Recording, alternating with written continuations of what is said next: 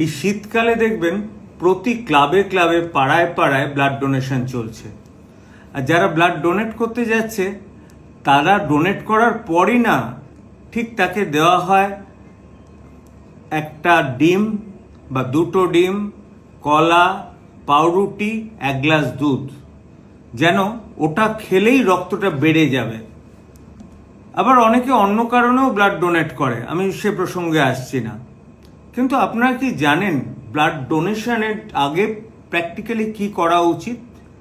Minimum 500 ml জল খেয়ে তারপর ব্লাড ডোনেট করা উচিত।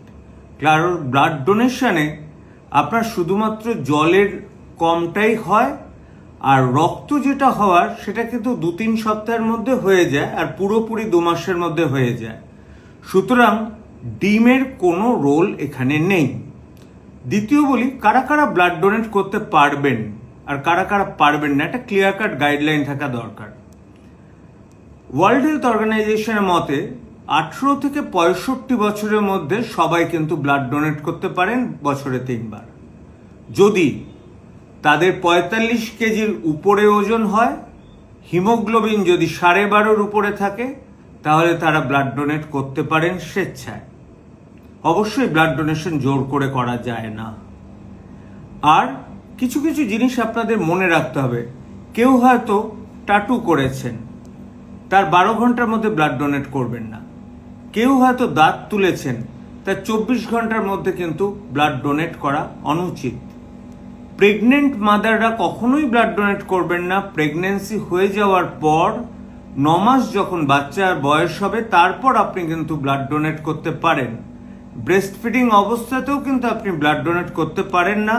6 মাস বাদে বাচ্চা তো পুরো ব্রেস্ট ফিডিং করে না, তখন সাধারণ ডায়েটে চলে আসে। সুতরাং অ্যাটলিস্ট আরও 3 মাস গ্যাপ দিয়ে আপনি ব্লাড ডোনেট করতে পারেন। আর যারা খুব ফ্রিকোয়েন্টলি সেক্সুয়াল অ্যাক্টিভিটি করে ডিফারেন্ট পার্টনারের সাথে, তারাও ব্লাড ডোনেট করার উপযুক্ত কিন্তু নয়। এবার প্রশ্ন হচ্ছে, ব্লাড প্রেশারের রোগী কি ব্লাড ডোনেট করতে পারেন? হ্যাঁ, করতে পারেন, প্রোভাইডেড তাদের প্রেশার অ্যাডিকুয়েটলি কন্ট্রোল থাকে যখন ব্লাড ডোনেট করেন। সুগারের রোগীরা কি করতে পারেন? হ্যাঁ, করতে পারেন। সুগার কিন্তু কোনো বাধা নয় ব্লাড ডোনেশনে, প্রোভাইডেড সুগার অ্যাডিকুয়েটলি ভালো কন্ট্রোল থাকে।